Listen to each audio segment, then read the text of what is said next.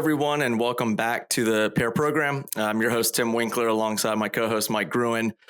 Mike, so before we dive into today's topic, I got a fun little fact that plays into today's topic. So did you know that the term graduating originally meant stepping forward in Latin? No, I did not. I was totally prepared for you to ask me about UAPs and UFOs. I was not prepared for this. So now you're going to need to answer a more serious question. So, we're talking about the world of federal contracting, transitioning, stepping forward, growth. What would you say is one of the more significant transitions you've had to navigate in your career? Oof, that's a good one. I mean, certainly the most significant was stepping from being an IC to being a manager. And I had it was there were a couple opportunities along the way where I did get into management, but probably the one that stuck was where I moved into a role where the company had the support necessary to give me like the support as a new manager on what what good management looks like. I had a team lead who was awesome. I had an engineering team that was great, and that and I couldn't do what they were doing, so it really was a great opportunity. It sort of forced me to really learn how to manage people, as opposed to previous sort of steps along that path, where me sort of leading people where I could do the work that I was asking them to do, and it was a little bit harder of a transition. But yeah, I think that first real management position was probably the biggest career transition. Cool for me. Nice. Yeah, I think I think we've run an episode on that at one point. Probably not about mine, but yeah. Yeah, I think about my career and the answer to that question. I'd say there's two that really stand out, but that first one, from making the leap from being a corporate kind of W-2 employee to running an independent consulting business. It was one interesting transition. You're kind of just taking a little bit of a leap of faith. But then that transition from, independent consulting to kind of formally starting a business, I'd say, and hiring your first employee. I was going to say, the first employee probably was a big one. Yeah, that one's, you've got to have a stable little client list before you take that next step. But yeah, it's going to kind of play into, a little bit of, how these companies at large are graduating to the next stage. And I'll bring it back into that at this point. So today, we are going to be tackling a critical phase for businesses that are operating in the federal contracting sector, that are transitioning from small business set-asides to standing alone in the full and open market. This move is, it's like stepping into the big leagues. There's quite a bit more competition. The stakes are higher than ever. And so joining us to unpack this are two seasoned, executive leaders here. We've got Rolf Holman, Chief Strategy Officer at Falconwood. Rolf brings over 30 years of global IT experience. He's built and developed teams across defense and security, government, and a few other industries. And most notably, Rolf has helped Falconwood make the transition from small business to full and open not too long ago. And alongside Rolf, we have Greg Schaub, CFO at Anika Systems. Greg's a senior finance executive, bringing an analytical, innovative approach to achieving long-term growth, profitability, and operational soundness. Greg has over 2 decades in government contracting, as well as a healthy blend of M&A experience. In the last 6 years, he's facilitated 5 acquisitions, 1 spinoff, and numerous other acquisition evaluations. And then most relevant to this conversation, Greg joined Anika Systems this year to help evaluate the company as they're planning to graduate from small business status and heading into full and open competition. So Rolf and Greg, thank you both for joining us on today's conversation. Good to be here. Thank you for having us. All right. So before we dive in, let's warm up with our favorite segment, Pair Me Up. Mike, you always tee us off here. What do you got for us today? So, I had a friend come visit from out of town, and we used to work together, and we used to go to a barbecue place in Baltimore all the time that had this thing called a barbecue Sunday. And so my pairing is barbecue and glasses, but it's like barbecue served in a glass. It's just all mushed together. So you have the barbecue, you have the beans, you have the coleslaw, and then a pickle. The barbecue sundae had the pickle like sticking out the top like a straw. There's a place not far from me that has they call it a jarbecue, and it's the exact same thing. It's a mason jar, but it's like it's a glass that you drink out of, but they just jam all of the stuff in there, and it sounds disgusting. Like people are always like, that sounds gross. Like I don't want all my food mixed, but it is delicious. So that's my pairing is just jamming barbecue into a glass. That sounds kind of odd and amazing at the same time. It is so amazing. But yeah, same thing. It's just barbecue. Coleslaw. I gotta ask Rolf, because Rolf, you're a Texan. What's have you heard of this before? Has this ever been something that you've? Well, it's nothing that I've actually heard of before, but what I would relate it to is the mashed potato bar that was at many different proms and cotillion events in Texas that you would expect to have desserts. Instead, they had mashed potato bars. And you'd start with mashed potatoes, and then anything you liked in your mashed potatoes, you'd serve in there. Oh, nice. Oh, that sounds fantastic. That sounds like a great pairing. Just the barbecue sundae and the mashed potato bar. They would do the cheese grits also. Oh man, it's always challenging having these episodes recorded pre-dinner because then I'm starving and everything sounds delicious. But Mike, you'll have to share that spot with me offline because it sounds like a cool experience. Yeah, it's definitely a good spot. Yeah. All right, good stuff. I'm gonna throw something out there for my wife. Actually, she's the one that actually came up with this pairing, so I got to give her the credit. My pairing today is Trader Joe's, the grocery store, and seasonal selections. So the holidays are upon us, and folks this time of year are always kind of stocking up on some sort of seasonal food and drink. And if you're looking for the best grocery store, I'd say best grocery store that caters to like seasonal selections, then Trader Joe's is the one. If you're fortunate to have one in your area, I know that they're not all across the country, but now is the time to kind of take advantage of that for their food and drink. So they've got they have like bloggers that will go out and kind of write through, ranking the best like Trader Joe's Christmas items. So having just, gone there and picking up some items, I'm going to rattle them off for our listeners here. Peppermint flavored mini ice cream cones are amazing. The winter wassail punch, really good. Even better if you throw a little bourbon in it. German iced gingerbread, really good. And then most recently, I'm not the most proud of, but probably put down about a half of this massive tin of this. It's called Jingle Jangle Holiday Mix Candy Treats, which is just these chocolate covered like popcorn, pretzels, Reese's cups, and everything else in between. So all that said, check out Trader Joe's for the seasonal food and drink. So not just at Christmas. When did we sign that contract with them? Yeah, no, they're not a sponsor, not a sponsorship, not a plug, just a fan. But it's not just on Christmas time either. All throughout the year, they've got you covered. So that is my pairing for today. And I will pass it over at this point to our guest. So Greg, how about a brief intro and your pairing? All right. So, yeah, you kind of hit the nail on the head earlier. I'm Greg Schaub. Been in this GovCon industry for, 20 some years, doing all types of different financial, support items from pricing to FP&A, now CFO for a few companies. So in terms of the pairings, I was going to go something more traditional, but I've been inspired listening to your guys' examples. And this is going to be, a weird one, maybe you guys have heard of it. It's hot dogs with jalapeno cream cheese. Have not heard it. It is now on my list. Right. So I know.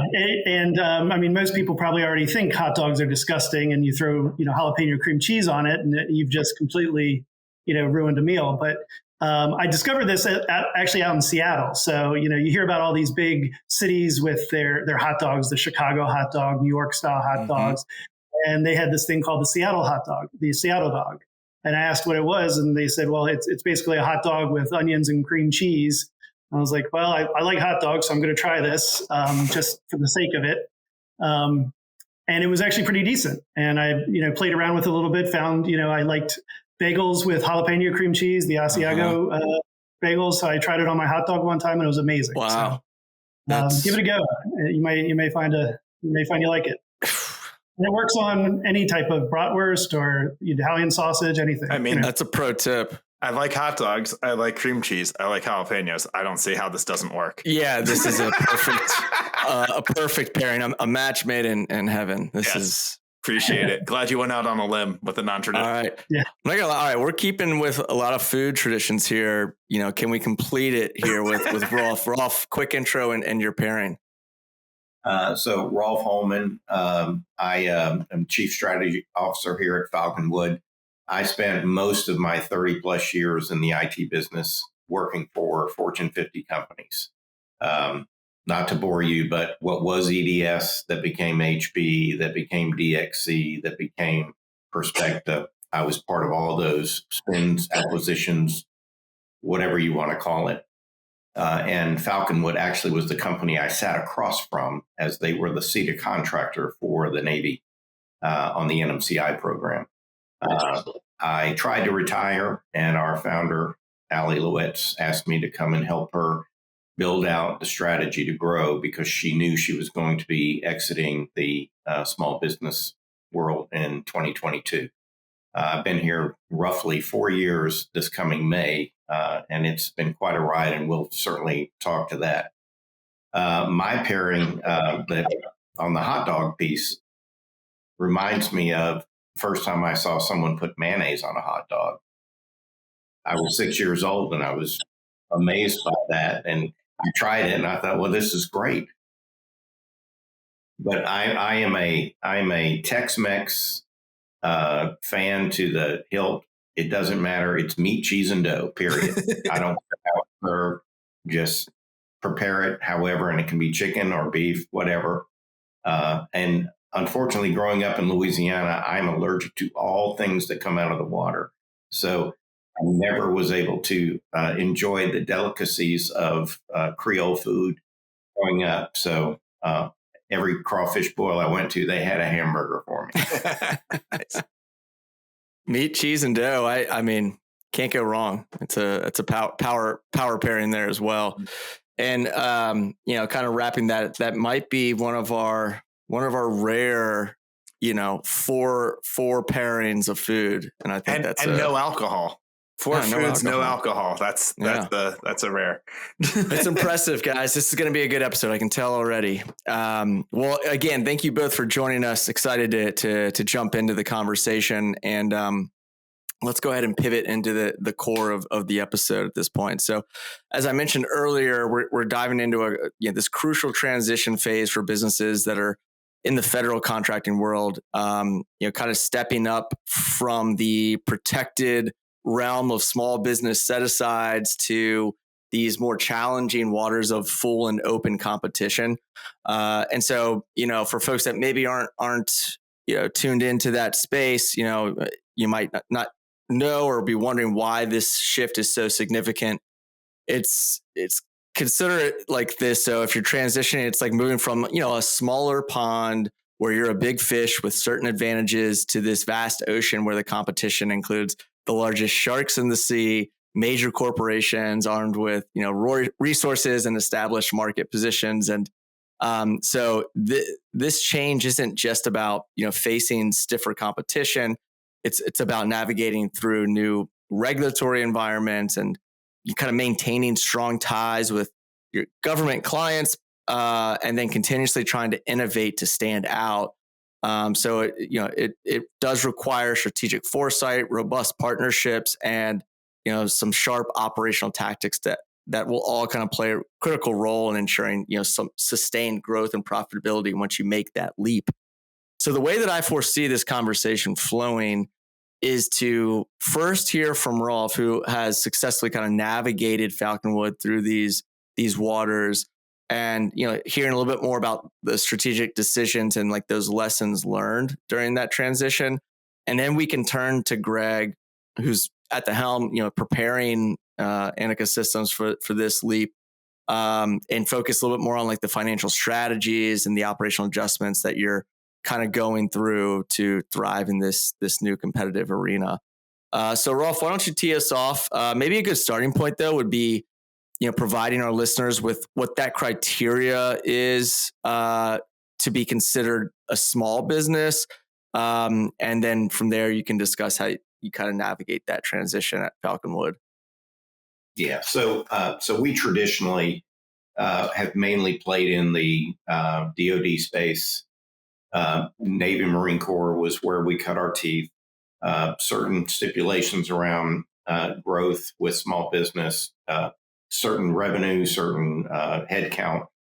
And when I first got here, we were approaching going over the 5-year minimum of annual revenues that would cause us to move into not small. We don't call it large business, we call it not small.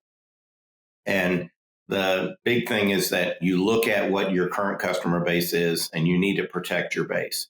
And your base is either made up of something you won full and open or something you won that was small business. And you immediately look into, how do I make sure I protect whatever that revenue is that I can, because when the renewal comes around, it may stay small. So you need to have a plan, whether it's a JV, whether you get behind a small, whether you press that it's gotten big enough that it's full and open. So you really look at your existing base business to make sure that you have a plan for every one of those. The second thing that's really important is the culture of the company.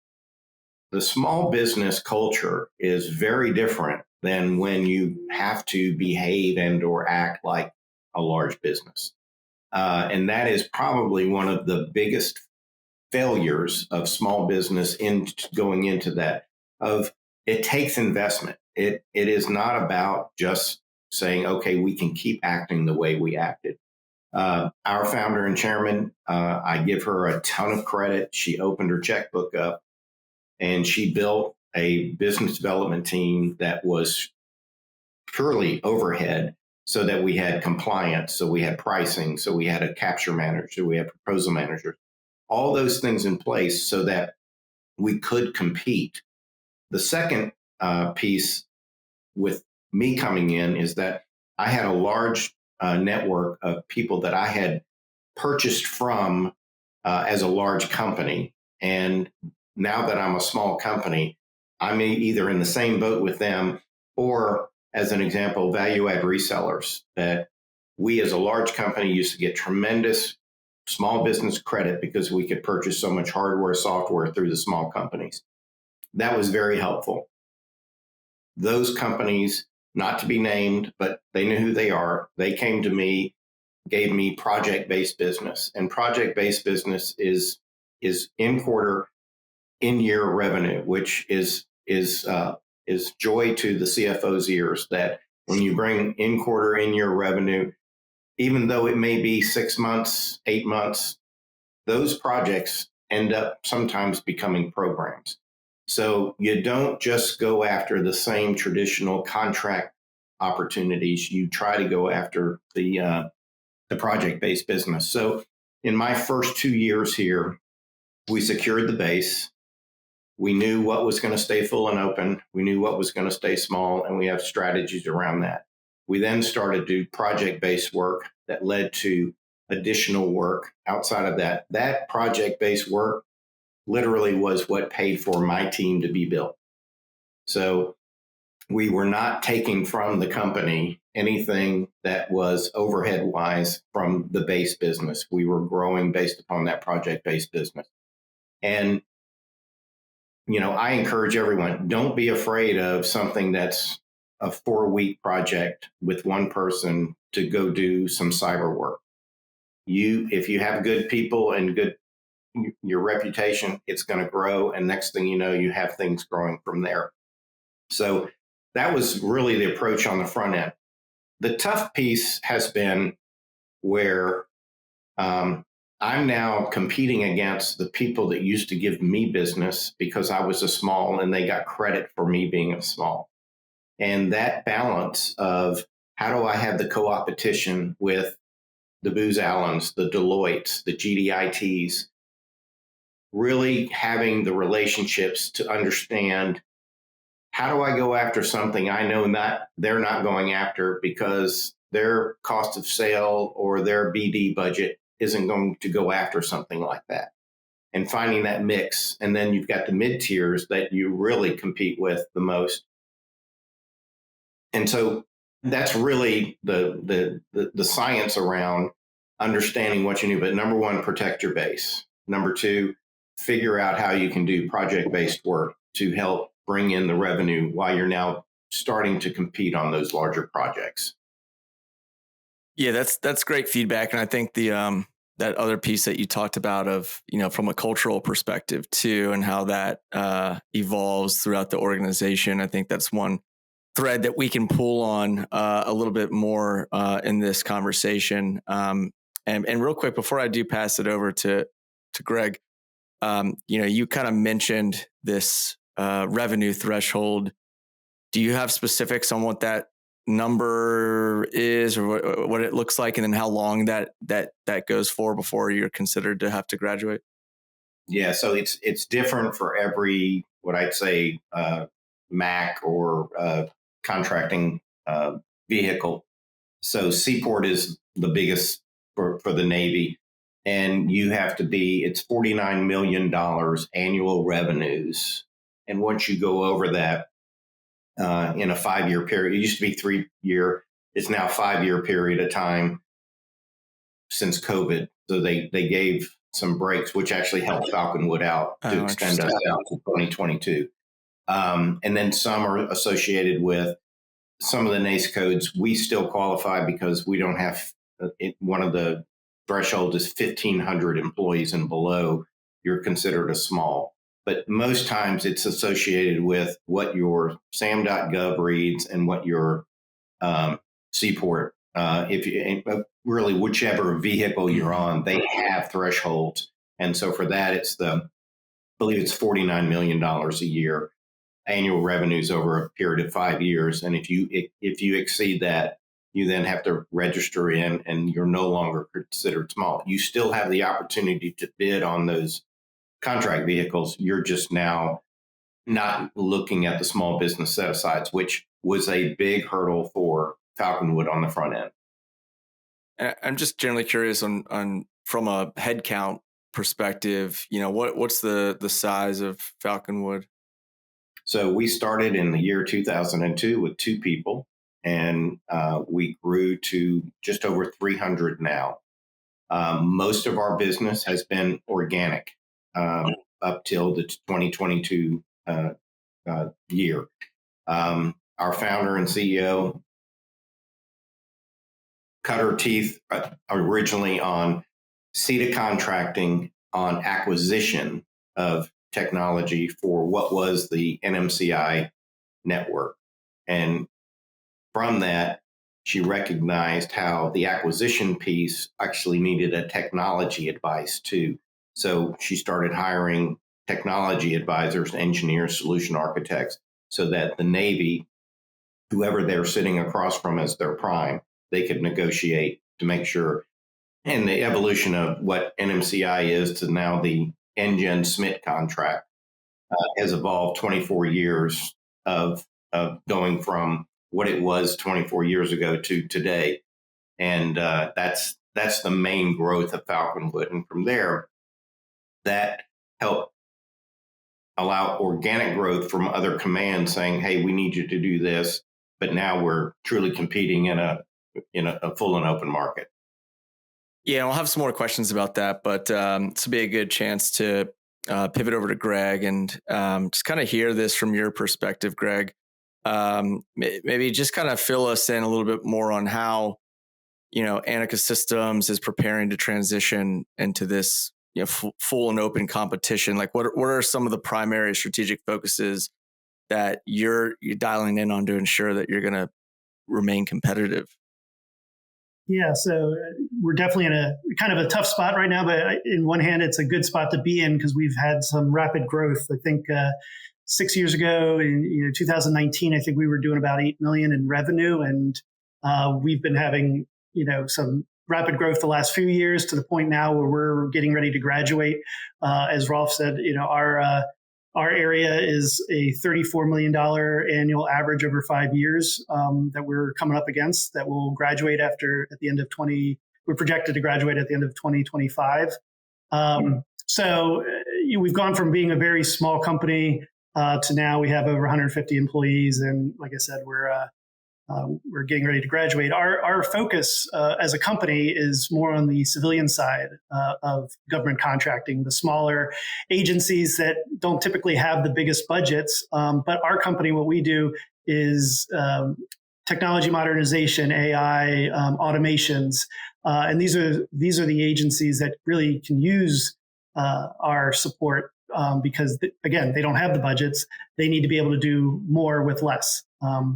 And so we've been focused on these areas, getting to know getting in well with the customer, them knowing us knowing them, us knowing their needs, and trying to support them on that front. The frustrating part now as a small business graduating, and Rolf mentioned it, is protecting your revenue.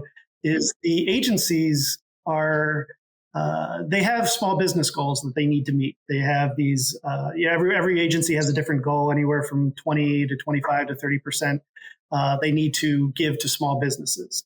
And that may be through a prime award, that could be through subcontracting on a large business award, through subcontractors on that contract. So the problem with us as a small business trying to go into the large business and protecting that is for the customer to move that from the small business to full and open, they need to replace that with something. And a lot of times these projects that they focus for small businesses, they do that for a reason. They want, it's a smaller level contract. A lot of times small business are the companies that are on the cusp of development. They got a niche that they're focused on, and they want to kind of pull that thread within their agency. But they want to keep those dollars in small business. So as we graduate, we have to look at, can we move things to full and open? Do we need to work with them to see how they want to continue the work? Are they going to, do we need to form certain relationships to keep it, if they want to keep it small business, that we can keep performing, or at least compete to continue performing? So as a company, we've been doing a lot of in-house maturation of the company, bringing in new systems that are, accounting system is one that we've implemented this year. Going to, and I don't mean to name drop, but, Uninet is the company that we've transitioned to. They are known for their GovCon software. There's only so many providers that are really built around GovCon.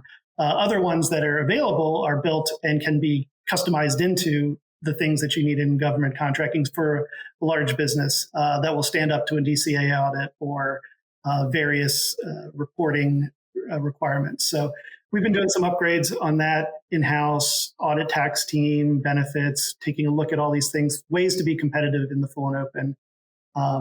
And as Rolf mentioned too, a key part of it is also trying to build out our business development arm. Once we go into large business, we're going to be competing against the multi-billion-dollar businesses. Not that we compete against them, but I mean, we're in the same boat as Lockheed Martin and Northrop Grumman and those ones who have hundreds, if not thousands, of people working on their teams to develop business, and we have, a handful. So it's those sort of things that we need to be focused on, bring in a good team with good relationships, and knowing who to talk to understand the needs of the customers that we're targeting. One thing you mentioned that, and also Rolf mentioned, I'm curious your opinions on. So Rolf, when you're talking about getting behind a small, which is, I think, Greg, also what you sort of alluded to with like maybe establishing a partnership, having someone else who now they're essentially the prime, I'm guessing. And I don't know if you want to speak a little bit to that. I'm sure there's risks and things that come along with, now you're sort of giving up that business. I'm curious, like, is that a common tactic of how to sort of maintain some of these small business? If I'll go first, I mean, yes, and I've worked on both sides of it for companies that were large and companies that were had graduated into large.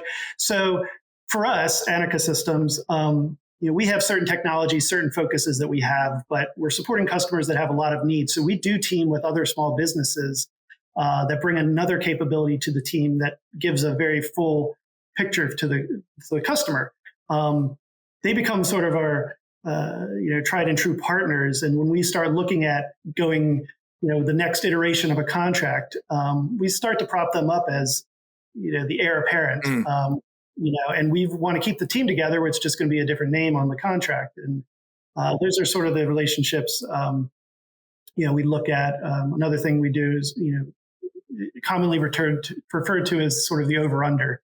Where we we'll bring a company on and as a sub on a contract that may be a little bit of a stretch for them if they bring us on a contract after it goes the other way. So having those relationships, and the key is to have that relationship. It's not just having a sub to have a sub. It's really working as a team. And Rolf, I'm sure you. I echo those same words, and it also helps with finding that company that company would be the right formula for a JV, and the JV aspect gives the larger company a little bit more percentage of revenue share when you bid as the JV. And a JV meaning joint venture, right? Is that just to make sure that folks, okay. Yeah. And I've talked to so many people, there's more bad JVs than there are good JVs out there. And it's about finding that good over-under relationship that can lead to that. But I mean, I think it's also interesting as a small business, because I've done government contracting, I've been civilian and DOD and Intel. And the number of sort of these small businesses that their entire business model will be the prime for some big contract. Like they're just a pass through and all they're doing is taking a little bit of revenue. And it's funny. I don't think that's how maybe some of them started that way, but I think there's some companies that start off these small businesses that they get so much revenue from that's, they're not prepared for what's going to happen when that runs out. Like you can only do that for so long. And I'm curious, like how, have you seen the same things, and the dangers of maybe working with those types of places? Yeah, I've definitely seen it. And besides just the joint venture approach, there's another program called the mentor-protege joint venture that you may be probably aware of. It's governed by the SBA. So there are some rules and they do monitor it. It's not just the throwaway, but that is definitely an avenue a graduating small business needs to look at. And it's a great program if done correctly, because it gives an opportunity for a growing company, and I'm talking like a small business, to really learn from a large business. And there's the requirements in it is the small business has to provide a certain amount of people towards that joint venture. It's not like a large business can come in and just give you a couple people and they take 100. The small business does have to have some control. They're the managing partner of the mentor protege, so JV. So it is a good way to grow a company. It's a good way, and under that, all the awards are still small business set aside. So you as a large business can still keep work through that mentor protege JV. You keep the work and you qualify. The company grows, and I think in those cases everybody wins. But there's definitely been abuse. I'm sure, Rolf, you've seen this as well. But there's definitely been some abuse that's been been called out, and I know SBA is starting to crack down on that a bit more. We've been seeing. Are folks taking advantage of government contracting as abusing it? That sounds odd. That seems that's new. That's new context. Yeah, we've seen it from folks that are more so maybe on the building of a product side of things, like obtaining these CBIR grants and kind of staying in these, they call them Sibber mills, where they'll just kind of stay in a certain phase, a low phase, with no intentions of ever getting it to a scale like large service contract or a phase 3.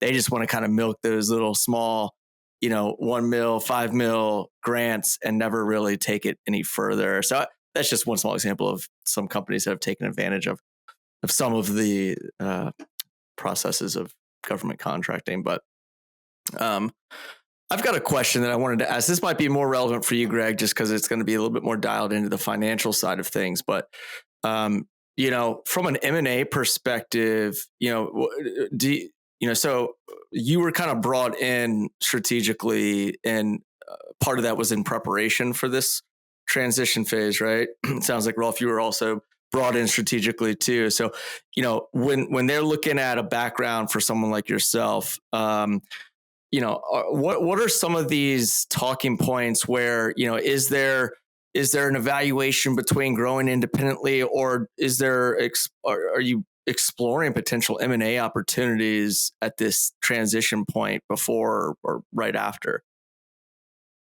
Yeah. So I know for us, we are not actively at the moment, coming up on any acquisition, but I think you're always, as a company, needing to take a look at that. And as a graduating small business, that is a key turning point. Is when you graduate in and you become let's just say you're a $45 million company coming into it. 50 million is your target for next year, but you can go out and acquire a company that's maybe doing 30 million, also coming up on graduation in a year or so, and overnight become a 80 to $90 million company with more customers and capabilities. You definitely can become a bigger player in the market instantaneously. For us, one of the things that we've done that has helped us become successful is we've invested in ourselves by having an R&D arm to our company that is completely self-funded and building new technologies. And for us, that's what we have to kind of look at is, do we want to spend money on going and acquiring a company with revenue already out there that has past performance and new customers, or do we want to continue developing this technology that could grow exponentially in the next few years and put that money there with our customers that we already have and take it to the next level that will transcend small business set aside? And those are the sort of the tug of war that we're having. I think overall an investment needs to be made. You can't just sit idly and wait for more contracts to come in. You have to invest. It's just, is it in acquisition? Is it in self-development? Is it, in business development even? Sure. That we just spoke about before. So yeah, I mean, I could see the angle as well. Like, Rolf, you described having to hire an entire sales and BD team, like a potential acqui-hire, right? Where it's really strategic to, gobbling up a team of, 5 to 10 sales BD folks who've already been penetrating these markets for some time and have those relationships in place. Hiring's not easy. Hiring good sales folks is really not easy. And so making that a part of that strategy. Rolf, did you guys do any sort of M&A, shortly before or after your transition? So the real piece there was having grown organically, we were very used to being in the room when, hey, can you do this? And the task order is created and ceiling is there, we can make it. Or introduced to a customer that has something. I'm not saying it wasn't a competition, it was still work to be done. But that kind of growth compared to actually having to put a compliant bid in was two different worlds. And so the investment of the front end when I got here was putting people in Falconwood that could actually produce a compliant bid, so that you're not sending in a security letter that's dated 2 years ago that should have been dated 90 days from the release of the competition. You get kicked out for compliance. And from that standpoint, no, we were not in any active M&A role. Our focus was, we have now graduated. What do we need to look like 1 year from now, 3 years from now, 5 years from now. And that had everything to do with market that we were going to, portfolio, which was another piece I didn't mention earlier, is the culture of the company, but also the portfolio. Our portfolio of what we focused on 5 years ago is very different than what we are today. And it's mainly because of the technology. So most of our investment has been more towards the portfolio of what we're going after. And now it's a part of coming across supporting smalls, and a big chunk of our pipeline is I'm a sub to small businesses that want my past performance. And that's a big chunk of our pipeline today. We're very prescriptive of what we're going after as a prime, only because I need to know who's going after that. And so we're really selective on that aspect. And then as the market, changes, and, a lot of small businesses are exiting the government space. They're just, cost plus fixed fee. You got 8% that you're looking at, and you're giving 5% to your subs that you have on there. And then you've got to try to manage how you're going to make that money. And I'm not the finance guy here. If I understand that, it's probably most people that will be listening to this to hear me quoting finance pieces right now, they'll be falling off their chair. But no, so to answer your question, the look for any mergers, it was only if we had a specific technology we were going to pivot to. So two areas we really have pivoted to, though we were there. Cyber, we were there, but we've really pivoted towards what cyber has grown to. And then on the data sciences piece, we've really pivoted to what we do in our data science piece, and have hired people in that area.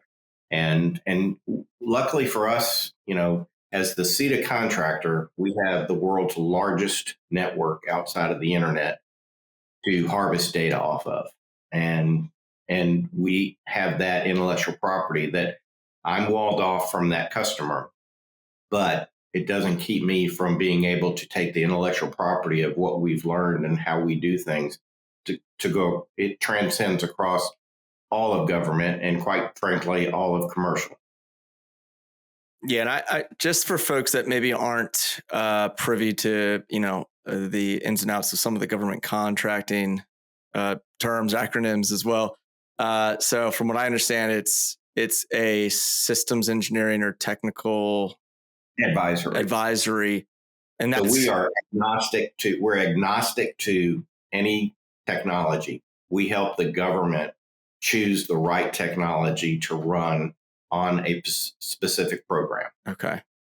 And that is our largest contract that we have. However, we have shifted, and we now can actually do the systems integration for the same technology on other contracts. And so we're completely walled off from that one customer, and have a tremendous amount of intellectual property around the entire IT stack when it comes to the evolution of what NMCI was in the year 2000 to what NGen is today is pretty amazing.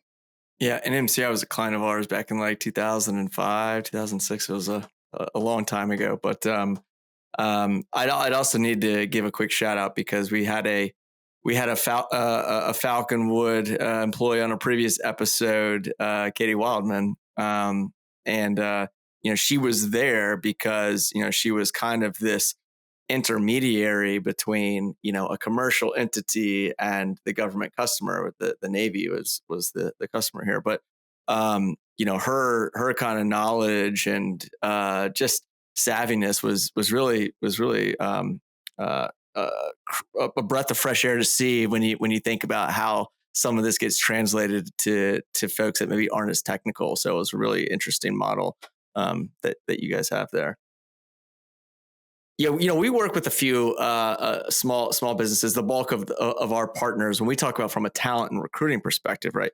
These are companies that are anywhere from 25 to 100, 150 in headcount, and they're thinking about these things. And so in prep for this, I asked some of our partners and clients, what are you really, most planning for? And I think the number one thing that consistently came up was, ensuring that they diversify their client base. If you're just stuck in, your only, defense health agency and that's all you do, having a little bit more of a network into some other areas before you hit that mark, because starting from scratch is going to be a lot more difficult once you make that transition.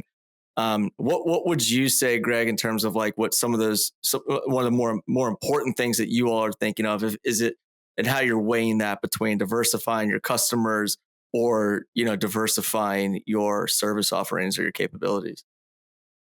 Yeah, so I think you're exactly right. It's trying to diversify your customers, and as a small business, you only have so many customers, hence why you're a small business.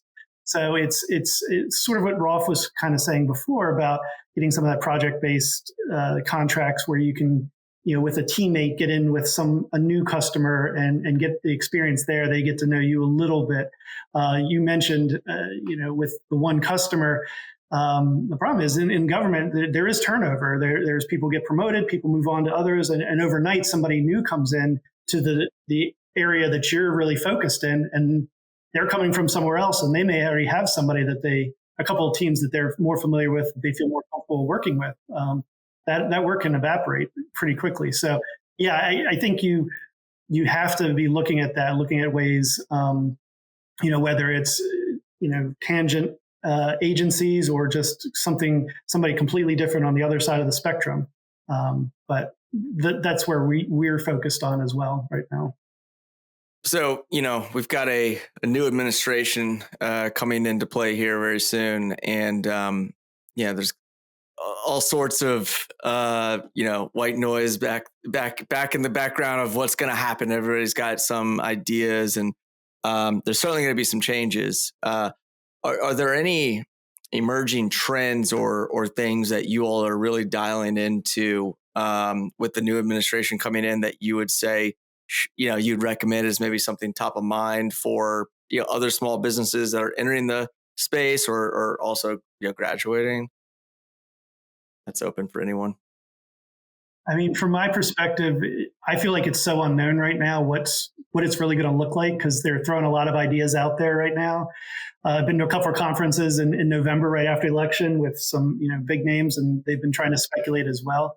I think overarchingly, the sense obviously we're all getting is they're looking to be a more efficient government going forward. Whether it's going to be the initiative with the DOGE group or just initiatives within agencies. And with that, I think that's where we can really help in that regard, bringing technologies, bringing best practices. We as corporations, especially a small business, have to work efficiently because we only have so much revenue, so much capital. We have to wear multiple hats, and I think that's kind of a key for small businesses or even large businesses in the small realm is how can we support that initiative and bring that forward. Yeah. Any closing remarks, Rolf, before we transition to the final segment? I would just say that I'm staying focused on what I know is going to be in the next 3 to 6 months that has budget behind it, and that when things, shake out the way they shake out, and we are not in the oil and gas business, so that's the only area that I know is going to see a spike outside of cyber. So, all right. Well, I know there's a number of other things that we could probably get to. Not going to make it on this episode, but maybe a follow up. But I wanted to take some time to transition to the final segment here in the last few minutes that we've got here. Again, this is the 5-second scramble. We'll be asking each of you a series of questions. Try to give your response within 5 seconds. A little rapid fire Q&A, some business, some fun. Mike, why don't you kick us off with Rolf, and then I'll get around to Greg. Sure, sounds good. You ready to go? Here we go. All right. Explain what a chief strategy officer does as if I'm a 5-year-old. I help somebody make money. What's the most important skill you look for in a new hire? Communication. What's the best piece of advice you've ever been given? Know what you don't know. I love that one. My sixth grade teacher had a thing on her desk that said, "A man who knows what he knows and knows what he doesn't know is a man who truly knows," and it's stuck with me all these years. Anyway, love it. What's your favorite part of the company culture at Falconwood? There are tremendous amount of caring people here. Aside from AI, what is an emerging technology that you're excited about? AI pretty much is the top of my emerging technology after seeing my son's new Apple phone that he just got and what it does. All right. What did you want to do when you grew up, when you were a kid? I wanted to be a sportscaster. Oh, nice. Any particular sport? I was a broadcast journalism major in college, and that was my intent to be on ESPN. And I went to work for a bank in their data processing center while I was interviewing for jobs, and EDS hired me. There you go. What's your favorite app on your phone? My favorite app on my phone is probably the flight tracker. What's something you dislike doing but are really good at? Getting up at 5 o'clock in the morning. What's a charity or corporate philanthropy that's near and dear to you?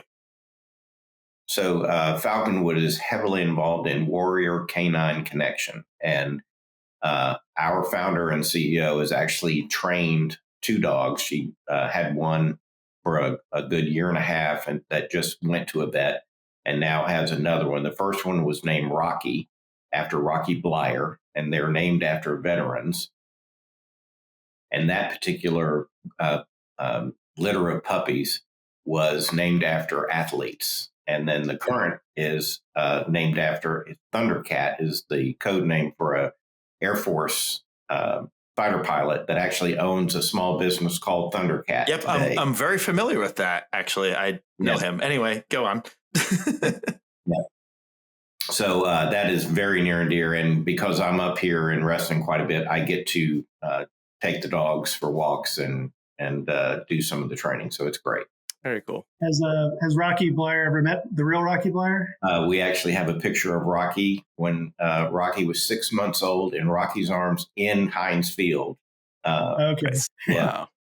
Yeah, he's very big in the USO up here in Northern Virginia. Yeah. He goes to a lot of the events. So I know he's very involved in a lot of the military charities. Oh, yeah. Yeah.